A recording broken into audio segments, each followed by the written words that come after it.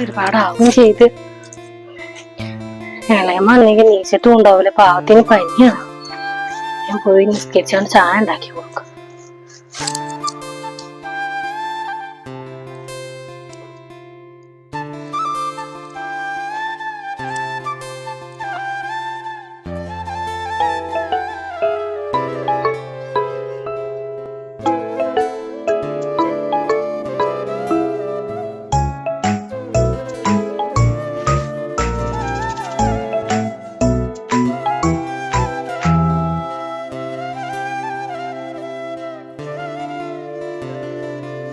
ഷാഫിയൊക്കെ വിളിക്കണ്ട്. എമ്മ ഈ നേരത്തെ വിളിക്കണല്ലേ, അങ്ങനെ നീക്കാനും നേരം വിളിക്കും.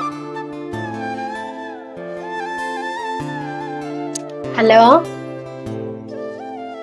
ഞാൻ നിസ്കരിക്കുന്നു.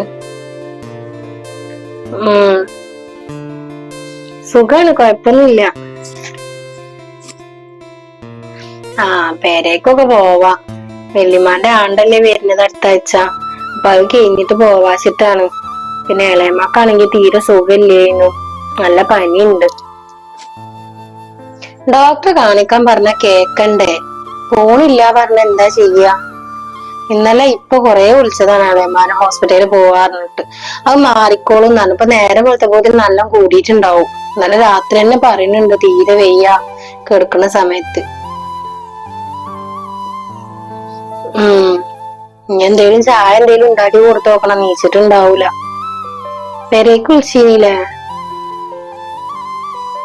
ഞാൻ വിളിച്ചീന്. ഞാന് ഇന്നലെ അസ്നക്ക് വിളിച്ചീന്ന്. അപ്പൊ അസ്ന കോളേജിലാണെന്നാ പറഞ്ഞത്. ഇക്കൊല്ലത്തോടെ ഓളത് കഴിയല്ലേ.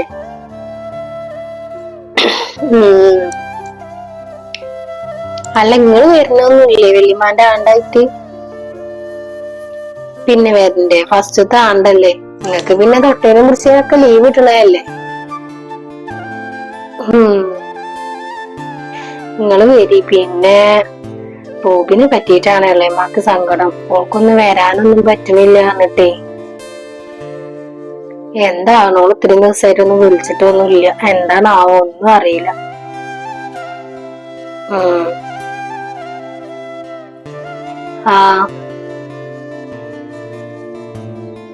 എന്നാലേ ഞാൻ പിന്നെ വിളിക്കട്ടെ. ഞാൻ പോയിട്ട് ഇളയമ്മക്ക് ചായ എന്തേലും ഉണ്ടാക്കട്ടെ. നിങ്ങക്ക് പണിക്കോ വരായില്ലേ, എന്നാ നിങ്ങള് പോയിക്കോളി.